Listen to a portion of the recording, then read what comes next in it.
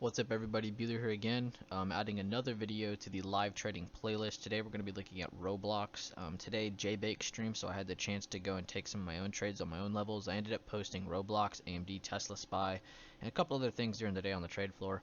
But Roblox was something that I definitely wanted to keep an eye on, just because it is a very liquid ticker and I like the chart a lot. But let's just jump into it. So the trade was between 8:40 a.m. to about 9:07 a.m. and I'll throw up some screenshots right now just to kind of show you what all happened, times and all that good stuff. But basically what we're looking at is how we can break under the previous day low, and then we're reacting to today's open. So I'm looking for a retest entry. So far we broke that previous day low. We saw some buyers pick back up in the first 10 minutes. We don't trade the first 10 minutes. It's very indecisive. So I'm going to take a risk trade here inside of the range, setting a stop loss at the 39.75. I can even set it at today's open if I like, just because that's a very strong pivot point. And if we end up pushing over that, I cut.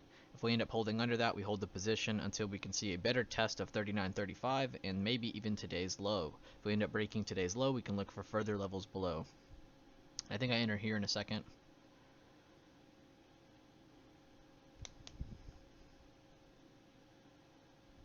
Yeah. So we end up entering our position or setting the order. I think it kind of sits around for a second, pops up, and then it enters for me. And towards the end of the trade too, you'll see me kind of mess with that a little, but it really didn't hurt me, because you always have time. You just gotta kind of know what you're clicking and where you're looking when you're looking at this. I think I did limit orders on both, so I wasn't looking to force myself in with the market order where I'll definitely get screwed. And that was me checking the daily, checking the 10-minute. You could see that 2-day ago high was what yesterday's price action used as support at 39.35. So that's what we're going to be looking at for a further drop. Very, very significant level. And I'll probably skip through this in a little bit. I just wanted to kind of get a good breakdown in the beginning of this, just kind of show you what I was looking at, why I like the potential entry. Very risky because it's so early on in the morning. But again, as long as you wait those first 10 minutes, it's really not that bad. First 30 minutes is always really good to wait out as well.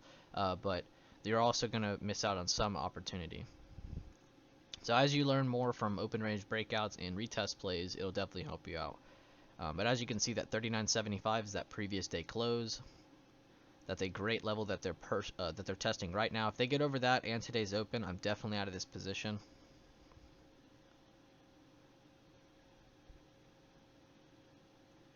Alright, now that we have our kind of plan set, what we're looking at, let's jump ahead 30 seconds or so.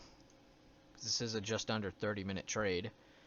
It ends up pushing down further. You can see buyers step in a little bit, and I'm also using the 9 exponential moving average. It's something I use in most of my videos and almost all of my streams.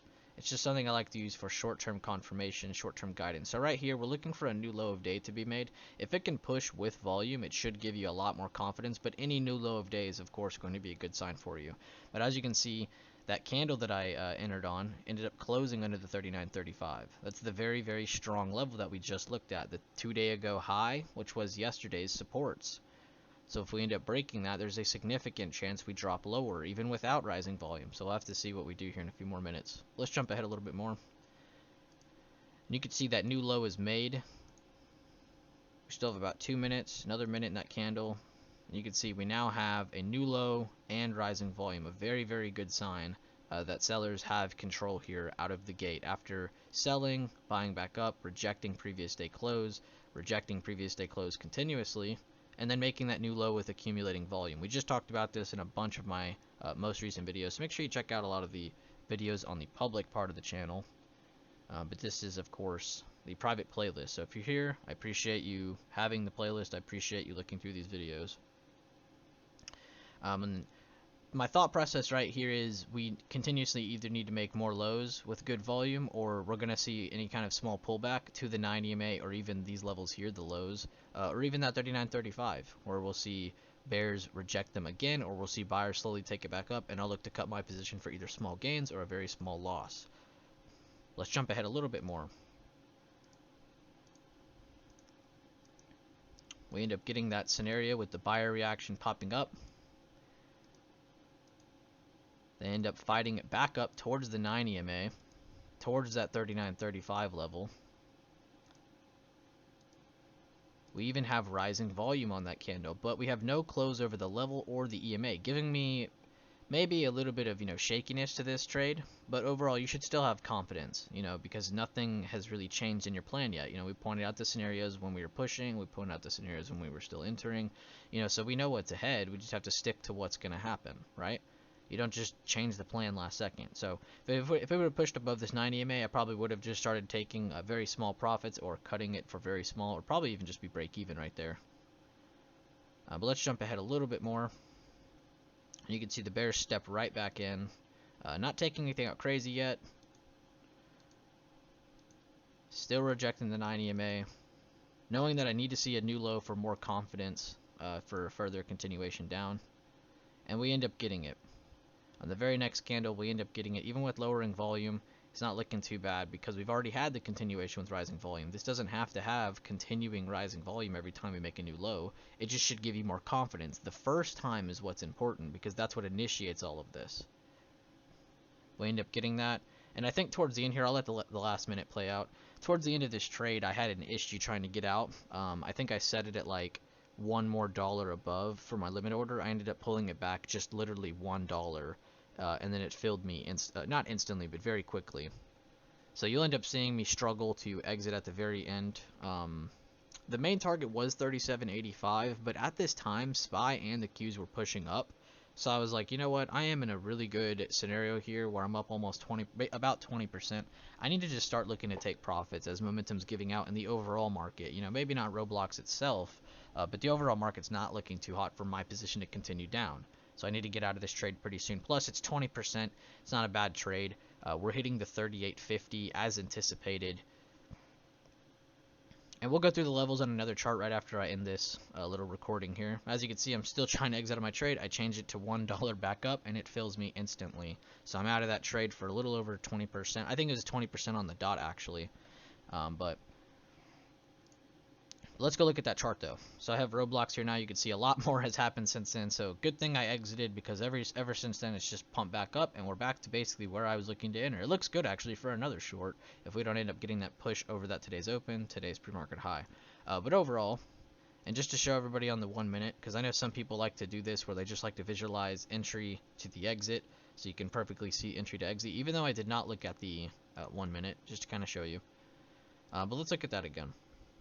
So as it rejected my 9, I had good lowering volume towards the EMA, showing significant indecisiveness. And then now, what do we need to wait for? Regardless of it being a bear flag, a continuation to the upside, it doesn't matter.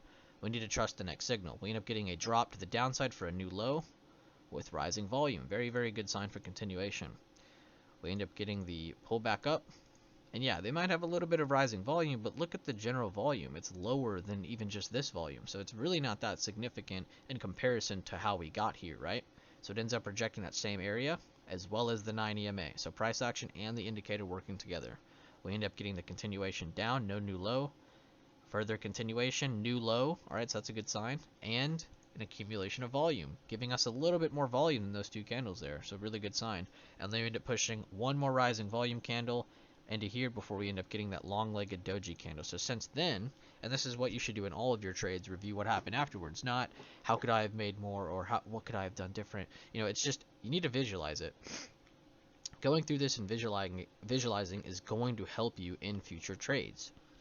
You can see we end up getting a bullish engulfing, rising volume close over the 9, so there's definitely some buyer pressure back now that they've retaken that 9 finally. We talked about this in the other SPY videos, so hopefully this video helps you out. But let's check out SPY real quick just to show you what my thought process was. As you can see, SPY was rallying the entire day. We're up against the 390s again. So overall, you can still take trades to the downside, but you do need to definitely stick to the comparison to the market. Now, Roblox is not just US based. It does have some Chinese pull to it.